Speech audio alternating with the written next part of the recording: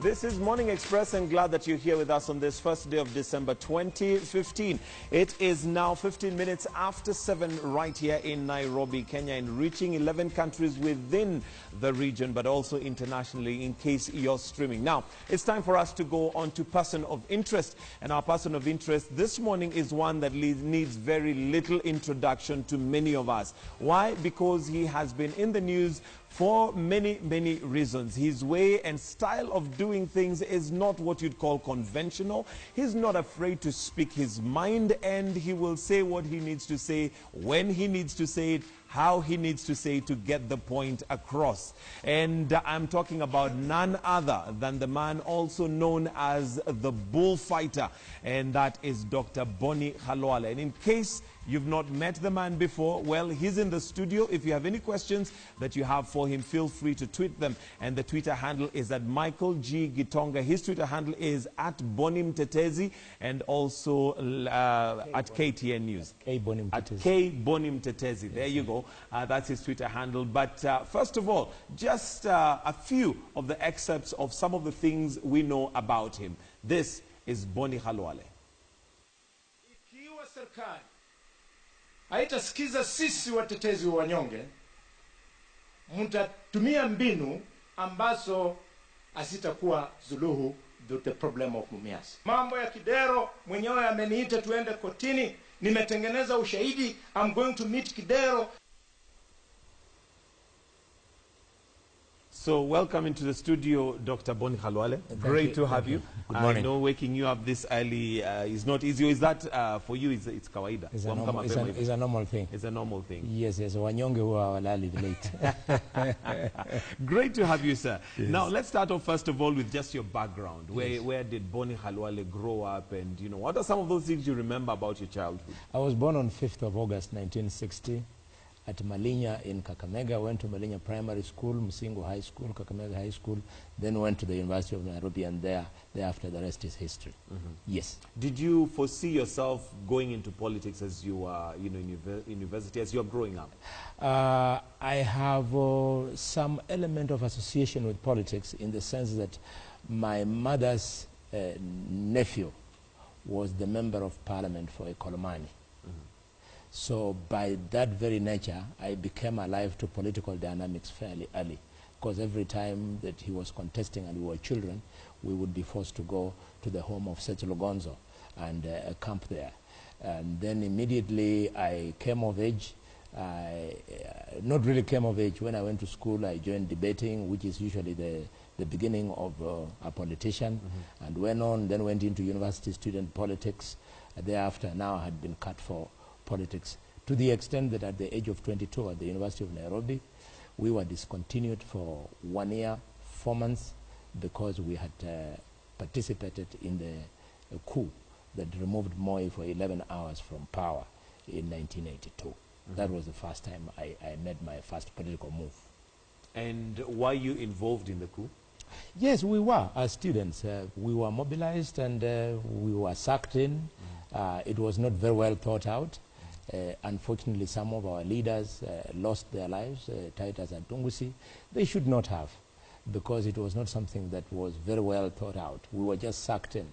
You know the excitement when students are drawn into noise in the city center at midnight, and there it went on, and immediately the Air Force people realized that we were a very positive addition to their cause when the country saw that students were part of the confusion, and in the process, the then president got very angry and dealt with us mercilessly. Mercilessly. Yeah. Were you in agreement with him being removed out of power, or was it merely just a crowd moving? No, it was not a crowd moving. There were real issues. On the lead up to that particular unrest, we had had a series of detentions without trial that was climaxed by Jaramogi being put under house arrest. But prior to that, John Haminwa, the current lawyer, had been detained without trial. George Kidhi, the editorial manager at the then East African Standard, had also been detained without trial. And these were things that were very dear at the bottom of the hearts of the students, because now we were fighting for political space. There was no freedom of the media. Just as it is still a problem today, it was even a bigger problem at that time. So we were adequately mobilized emotionally and intellectually for us to support the soldiers. Okay. Yeah. So did you, what is it that you wanted to do as you're growing up? You found yourself, you know, in the debating club and as one of the leaders in university, but I'm sure you had a childhood dream when you're growing up. What is it that you wanted to be? I made up a decision to become a doctor of medicine pretty early, and I am glad that I succeeded. And then when I was in medical school, I recall in 1986, is when I made my decision now to go into elective politics. That is when now I'd become a student leader. Okay. Yeah, and I'm glad that it has come to pass. You're happy, no regrets? None whatsoever. None whatsoever. Yes. All right, tell me a little bit about your family, your immediate family. In my immediate family, I have 2 parents who passed on. I have 7 siblings who are still alive, brothers, 6 brothers and 1 sister. And then I have got my own family. I have several children, boys and girls. I have several wives, and they are the mothers of those children. Yes. And in this day and age, one might say, how is it that you live a polygamous life? And, you know, people normally think that polygamy is something that is very old-fashioned. Yes, I have no problem in being an old-fashioned person because I come from a very... my parents were very old, to the extent that by the time my father gave birth to me, he was in his 50s and my mother was 45. I was the last born to them. But that is not the reason. The reason is that I embrace Luhya culture to the hilt. And polygamy does not offend the Luhya culture in any way. Yeah. One might say that, you know, even having one wife is quite a challenge. How do you manage it? First of all, how many do you have? How many? How many wives do you have? I think that should be subject of another discussion. I've already told you that I've got more than one. More than one? Yes, yes. Okay, you don't want to go to the numbers? No, it doesn't add any value. That's why, in spite of having been in public limelight for all these years, you have never seen me with my children, you've never seen me with my wives, or any of my wives, because I believe that a high-octane political personality like myself, if you suck in the family, you can create confusion. They should also pursue their own path. There are several children in my family who would want to have nothing to do with bullfighting, who would want to have nothing to do with politics. So why disturb them? Let each child But one might say those are the values that a nation looks at, because strong families make strong societies. Exactly, and I'm glad that I have got such a strong family. But you don't my firstborn son is an advocate of the High Court. My second-born daughter is an advocate of the High Court. My third-born daughter is an assistant manager in one of the assistant human resource manager in one of the state parastotals, and my fourth-born son he's an auditor who works with an audit firm, and so on and so forth. They're there. Okay. Tell me a little bit about your passion for bullfighting. The bullfighting, yes. Bullfighting is slightly beyond passion. It is a cultural calling, to the extent that Luhya culture expects certain things from certain families. If you are born from the family of circumcisers, then you are predetermined to become a circumciser. I would not become a traditional circumciser, much as I do circumcision because of being a doctor of medicine. But traditionally, I don't come from that kind of family. You're not in that lineage? No. When you come from the family of bullfighting, one of the sons will, the bullfighting stick will be passed to you. My father passed his to me. So it is just not being emotionally involved, but you are culturally expected to carry on the practice. We have the families that do isukuti playing. They play isukuti, shiriri playing, litungu playing. These things are that well organized. Then traditional, shall I say, medicine people. Not everybody can be. It runs in families. But one might argue and say that you don't uphold, or we don't have to stick to all the cultures. So why have you stuck to that one? I've stuck on it because I'm well educated. I understand the meaning of culture. Even some of the so-called modern things, it is simply the culture of the white man. So when you are presumed to be practicing modern culture, it simply means you are aping the white man. And So it doesn't disturb me. so what value does that add to you as Boni Halwale, just being a bullfight? Is it just merely Yes. theatrics? No, it is not theatrics. It grounds me firmly in my culture. And you know, when you are cultured, you are a strong personality.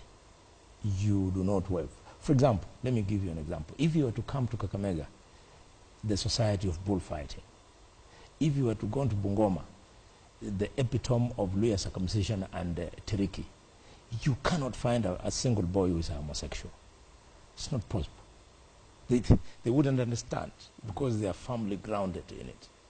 So these are the So would you values. say that some of the challenges we are facing as a Yes. society, Yes. For instance, Yes. what you've just mentioned, Yes. homosexuality, Yes. is a result of not being culturally Grounded, yeah. Grounded. You're not culturally grounded, and when you try to ape the other man's culture, then you cannot practice it as well as they do. And in the process, you run into challenges that completely confuse you. And these are serious things which you must address. Would you- How I wish we could all remember the old system of education where a child used to be educated in mother tongue from nursery up to class 3. It was mandatory. Then you move on. That was part of the grounding. Now, these days, thanks to urbanization, this has become a challenge and difficult. And secondly, children are starting to go to school too early.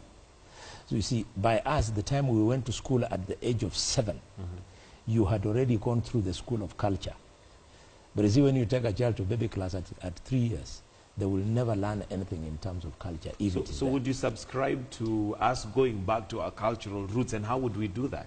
It is easy. In fact, that conversation is already taking place in the Ministry of Education, and I want to applaud them for the same.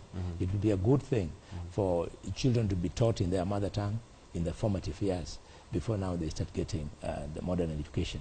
And by the way, it is a proven medical fact that a child who is given one language for the first 5 years of life then finds it easier to learn a second, a third, and fourth language thereafter. But when you're mixed up, half Kiluya in the morning, half Kiswahili in the middle of the day, English when your elder brother comes in, you end up having no command, clear one, in any one language. Do all your children then speak Luya? They do. All of them? Yeah, including those ones whose mothers are not Luyas.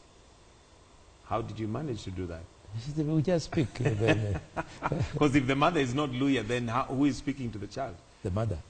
So they've also had to learn Luya? Yes, they learn, yes. Okay, Yes. wonderful. So that is interesting. Yes, yes. In terms of the future for Boni Halwale, what Yeah. do you see yourself doing in politics? Where do you want to end up in politics? In politics, you do not have a predetermined end.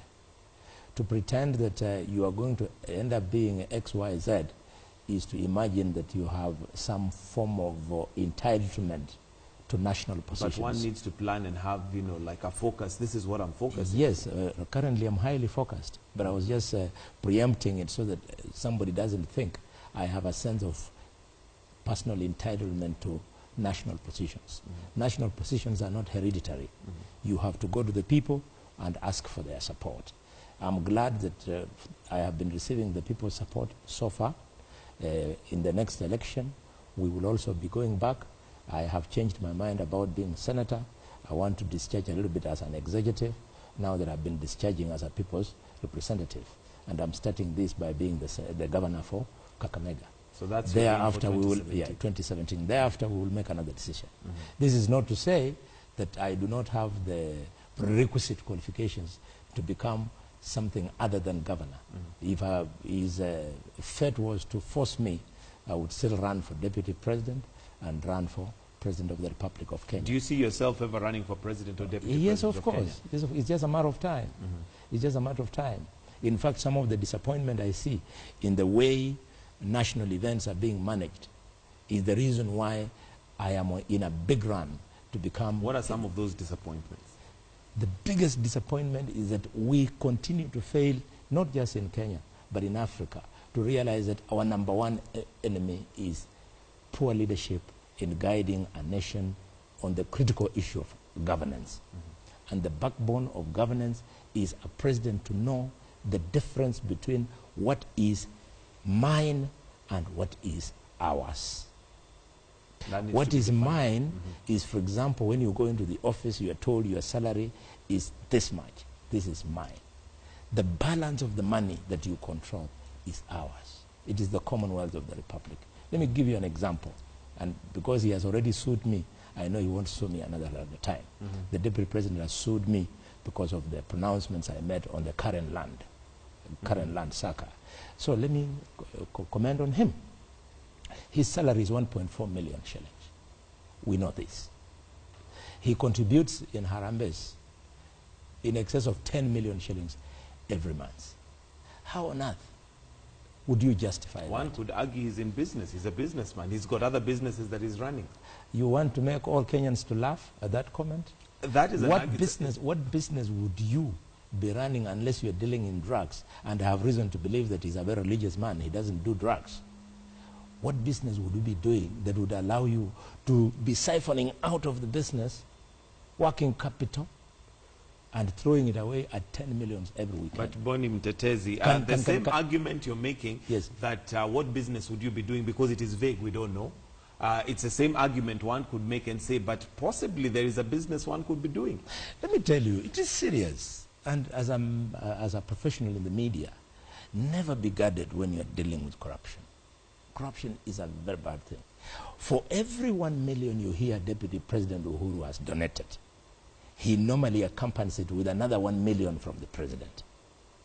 And all that retinue of leaders in the name of MPs and MCAs that you see him with, he usually distributes to them before they come to make their contribution 100,000 shillings each. So if they are 10, that is another 1 million. And sometimes he has 10, 20 of them. And MCAs, they'll be given between 20 and 50,000. So by the time you see 1 million given by the president, there is a million given by the president, and another 2-3 million shared for the other people who have accompanied him, so that it looks like the guy has got clout.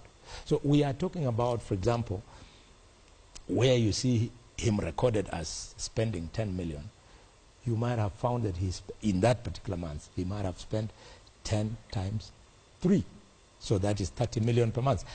You cannot justify this, and this is corruption, because Harambes feed on corruption, period. You cannot change it. I'm old enough. I have been in activism before I went to Parliament for many years. Yes, sir. I know that this is the case. Okay, now unfortunately or fortunately, yes, we cannot validate what you... Can you validate what you're saying, or can you prove what you're saying? Because at the end of the day, where are you saying this money is coming from? Where is Boni Khalwale saying this money is coming from? From corruption. That's what I'm saying. It's a challenge. As a public officer, you are expected to be accountable to the people. If he was donating this in his private capacity, when he is not our deputy president, then it would be wrong for us to question. But because he's a public officer, the law expects that he be accountable. And that is in Article 73 of the Constitution, plus the various accompanying acts.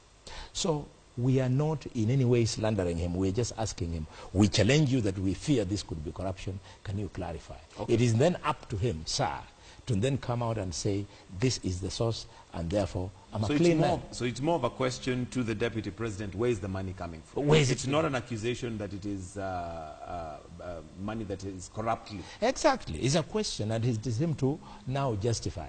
It is not figures thrown from space. It is a record of what he does in actual Harambes. The last I was with him was in Mumias, Catholic Church, where he donated 1 million for himself, 1 million for the president. Akina Duale were there, Professor Kindiki were there, giving their hundreds of thousands, and so on. And I came with my usual little contribution. How much did you contribute? Well, ask the people. Well, on that day, I contributed 50,000, and my people were very happy. In fact, they were shocked that I have upped it up to 50,000. In our humble way, it is usually very difficult to reach there. And that 50,000 was from your own earnings. It was not... Yes, I'm well paid. As a senator of Kakamega, I am paid sitting allowance, I'm paid mileage claim, I am paid an actual salary. So you take home more or less something like 1 million shillings. Surely you can organize yourself in 1 million shillings to get 50,000. All right, let's talk about corruption in this country, because yes, that's one of the hugest, can I call it a dragon's head that we've tried to deal with for a long time and seems to be not going away. First of all, let's start with the cabinet reshuffle. Yeah. What's your take on the president's cabinet reshuffle and his attempt in dealing with corruption? I think the most important comment which Kenyans must start with is what informed that reshuffle. It is the fear that corruption was now making his government very unpopular that the president attempted to do the reshuffle. There's no other reason. Now, so in short, are you trying to say that he was not trying to deal with corruption? It's just trying to deal with perception? The president was responding to that perception that his government was very corrupt. And he therefore wanted to send a message that I've gotten rid of the corrupt ones, and you know their names. There are 6 of them. They are either facing court cases, or some of them, like Waiguru, have resigned. Now, in the process of sending that message, what then we should answer is, have we seen evidence that he is therefore in the new appointments on the path to fighting corruption? The answer is no.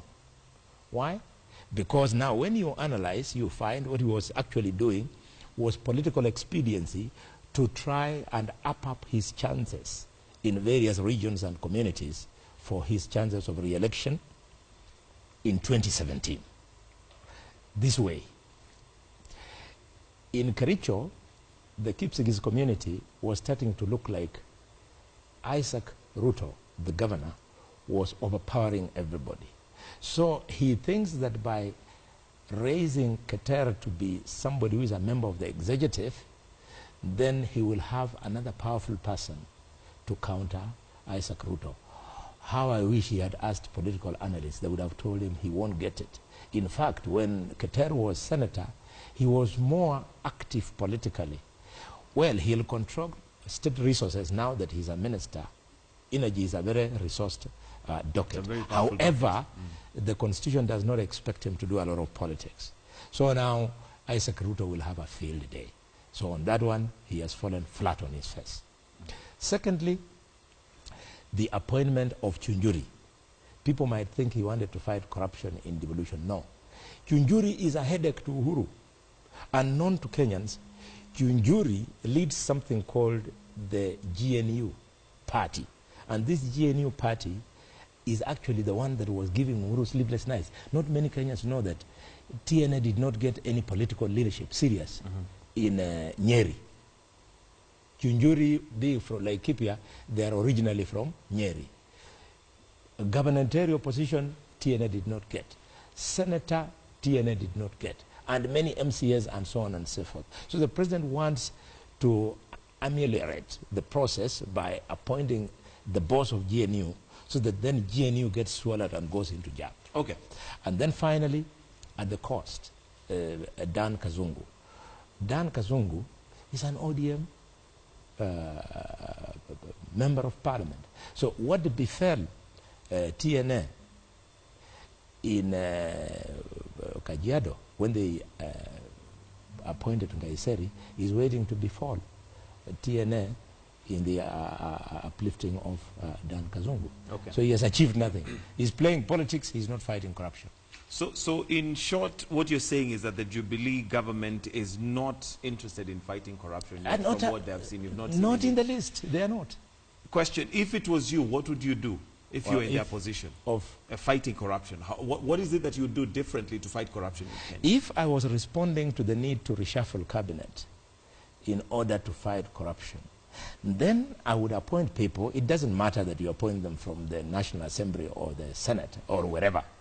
But I would appoint people who do not have suspect CVs. Kenyans are waiting to see the vetting process of these new appointees. We want to see what MPs will ask Njunjuri about the corruption that took place at the Ministry of Water, for which he went into a serious fallout with Charity Ngilu. In fact, they wrote to each other and insulted each other on the floor of the House, and so on and so forth. We are waiting. We are waiting to see the questions they'll ask Charles Keter. Charles Keter was arrested and arraigned in court for having, in quotes, stolen millions of shillings when he was a senior manager at Kenya Telecoms. So we want to see. He would have gone for clean guys, and they're there. Even if he wanted people from his communities, they are there. So in short, what you're saying, if the government should be looking for people with, like the proverbial saying, Caesar's wife with no reproach. Exactly. Okay, let's come to the party that you are in, and that is, you're in the opposition. Yes. How come you've not used the same energy to pluck out those who have similar issues and questions? Right now, in today's dailies, we have Wetangula with a case, which apparently, you know, may have been compromised by BAT. We also do know that as Minister of Foreign Affairs, there was the issue with the embassy in Japan.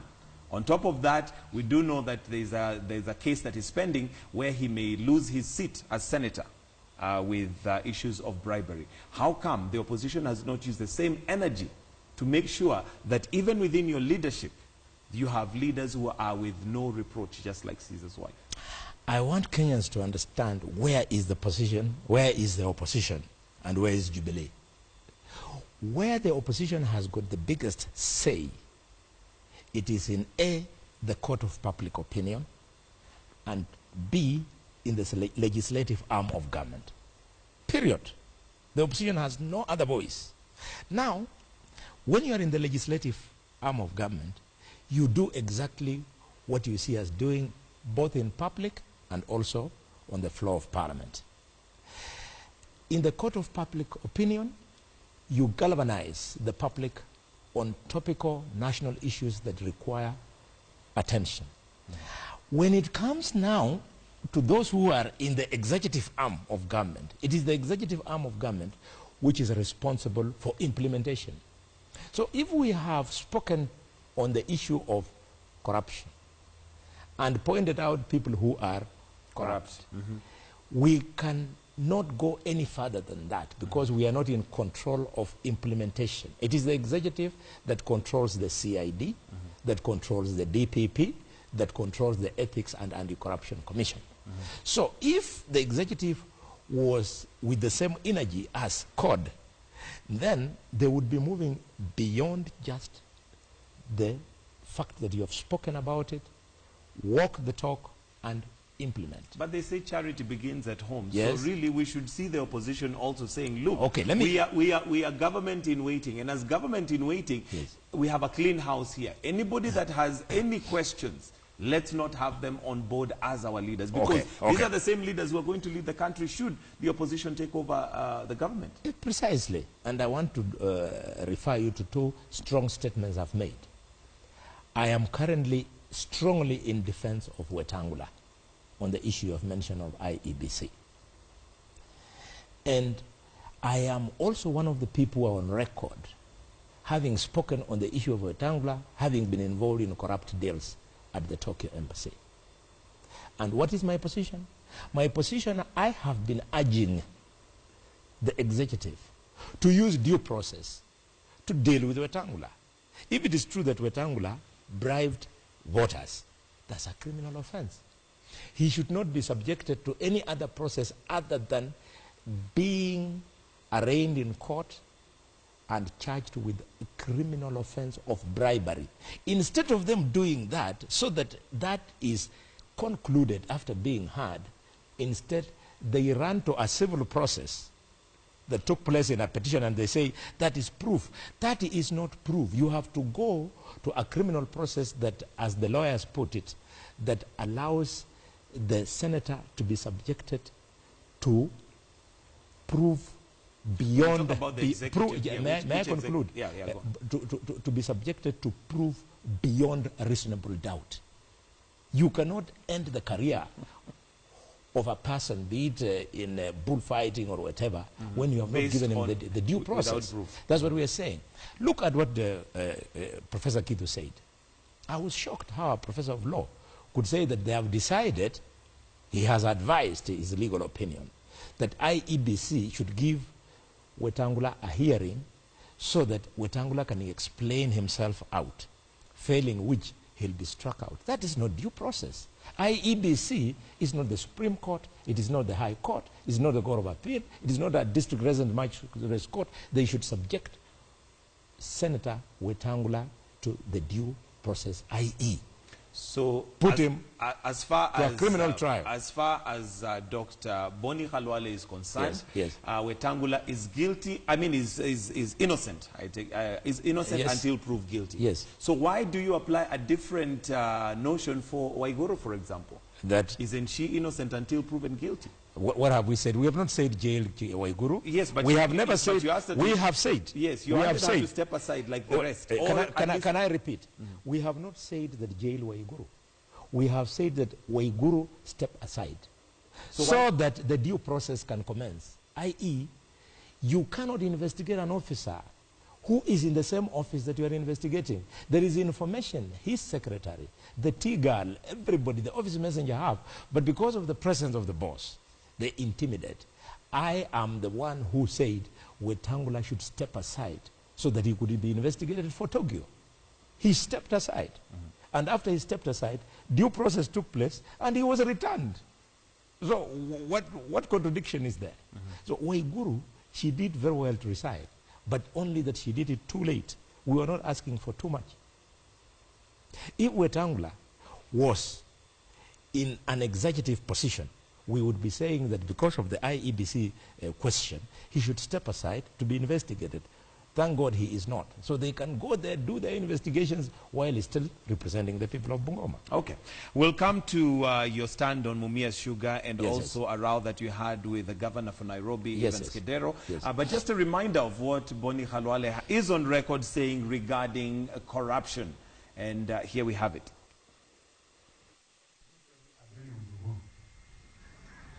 Lakini kwa mambo ya kupigana na ufisadi, kwa maana I have donated my intellectual property to the fight against corruption, I will move with President Uhuru to ensure that wale ambao wanapora mali ya nchi, mali ya umma, wote warudishe hiyo mali na serikali ikipenda iwafunge kule kabisa.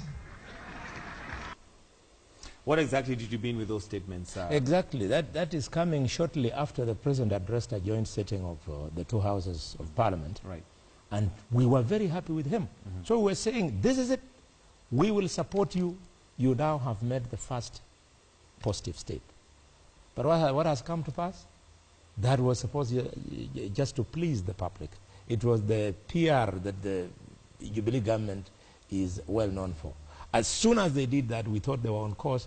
Then he set his so-called tyranny of numbers in Parliament to get all the commissioners of ethics and anti-corruption haunted out of office.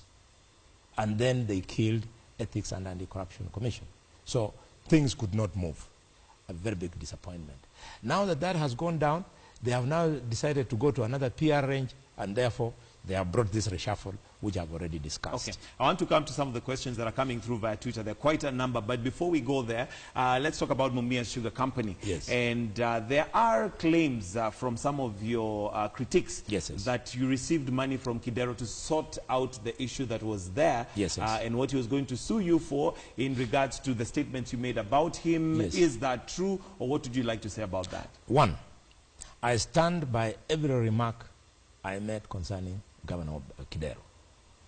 Two, I cannot discuss it because at the moment there is a gag order, an injunction that was put against me not to discuss Kidero and Mumias matters. Until this is set aside, I am very guarded because I want to be seen to respect the rule of law. However, the minimum I can say is that any other rumor should be overridden by the fact that on 20th of January 2016, we came from court on 19th of November. The case between Khalwale and Kidero is active and ongoing. So if I had received any money, the case would not be active. So it has not been settled out of It court has yet. not been settled out of court. There are no such arrangements. What you saw in the newspaper, that out of court settlement, it is on another application. There had been an application by Kidero that Ahmed Nasser be blocked from representing me as a lawyer. So we then asked the lawyers of Kidero, how does it help your case? Which lawyer I use? Ahmed Nasser is one of the top lawyers in the country, but if you remove him, I will still get another top lawyer, and there are many that I can use. It is not helping you. So they said, in that case, we are having a second reflection. We want to withdraw the application that Ahmed Nasser should be blocked from representing you. So that is the bit. Otherwise, as far as the case, the court case is concerned, the process is ongoing. The so-called 12.5 million that I'm alleged to have been bribed with, it was evidenced by a banking slip which was a forgery, and the cooperative bank where I do my banking has already clarified that there is not such account. They have already clarified that on my bona fide accounts in the bank, there has never been that kind of transaction. So we are sitting pretty. This is an attempt to make me look small, to make me look petty, to make me look corrupt. I'm committed to fighting corruption. How I wish I would be a billionaire like some of my age mates, some of my contemporaries in politics. But I've chosen a different path, the path to defend public funds. Okay. Yeah. You sometimes do things which are unconventional, Yes. and as a leader, one may wonder why you do such things. For example, there's a funeral that apparently you attended, and you went in through the fence. Yes. And this, of course, caused commotion. They wanted you to go out and go back. Why do you choose to take such a path? As a leader, people are looking up to you. The children who look up to Boni Khalwale as their leader. Exactly. That was a funeral in Malaba sub-county, occasioned by the death of a former chief, Chief Irabonga. Not a former, a chief who died in office, Irabonga.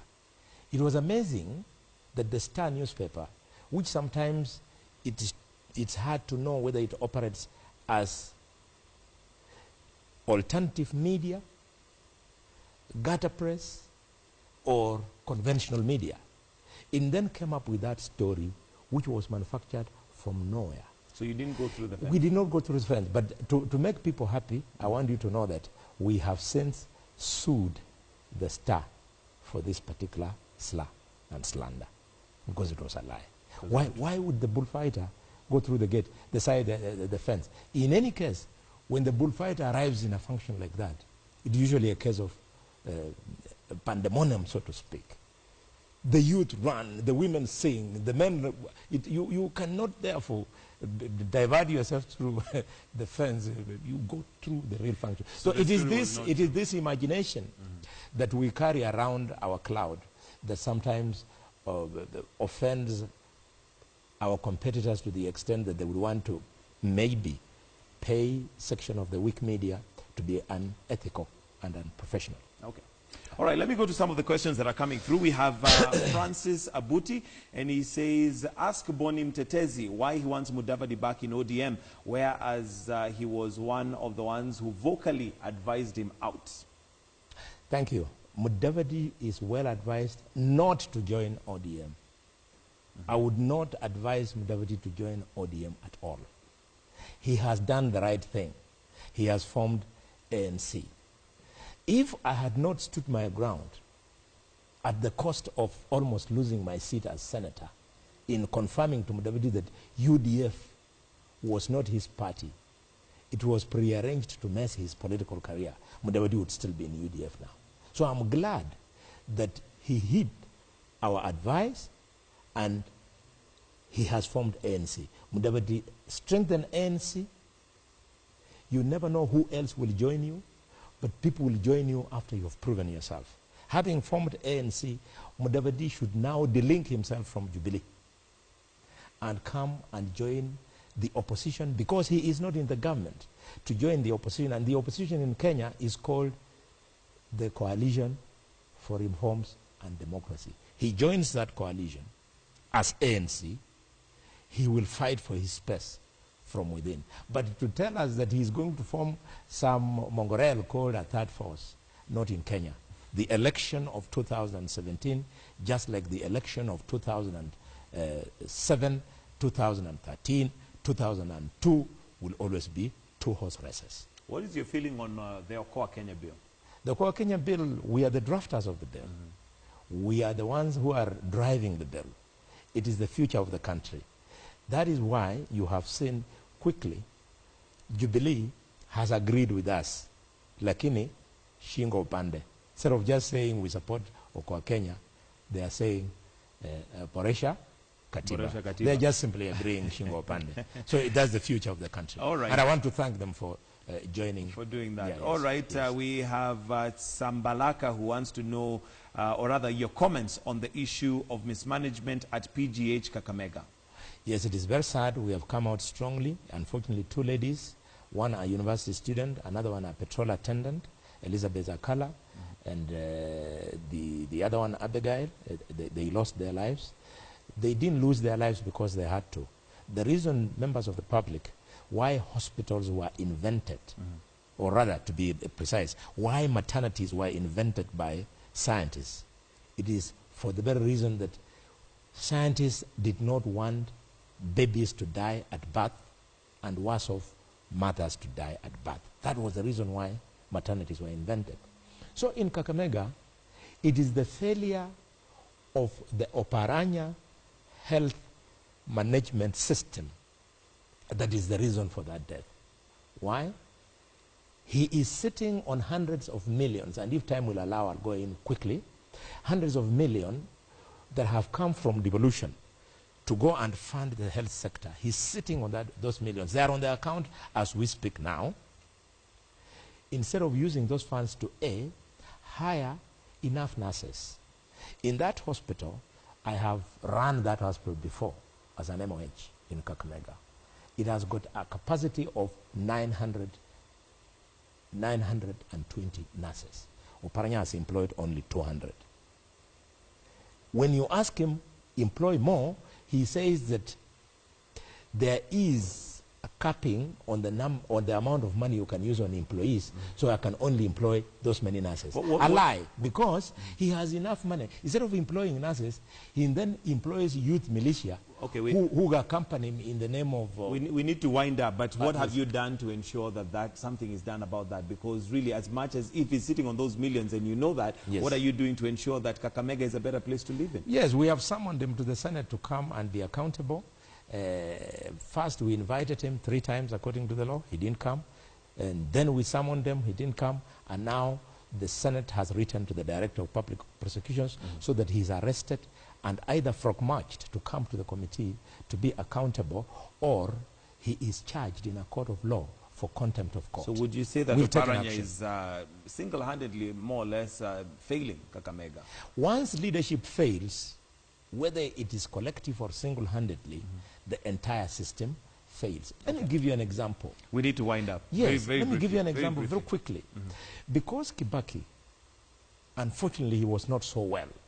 Because he was up to it in terms of leadership. You saw, no occasion where Kibaki was in a Harambee, you saw the economy grow. But because Uhuru has failed, he's not up to it. The economy is going down. They have taken the country back to Harambees. Corruption is on the top.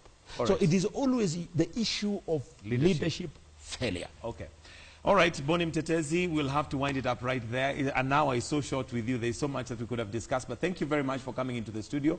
And I'm sure we'll be having you more and more often. Thank you very much, sir. Asante sana. All right. Thank you. That's where we're going to wind up Morning Express this morning in our person of interest. Thank you so very much for your participation. There's quite a number of tweets and questions that were coming through. Unfortunately, we were not able to read and deal with all of them. But this is where we wind up.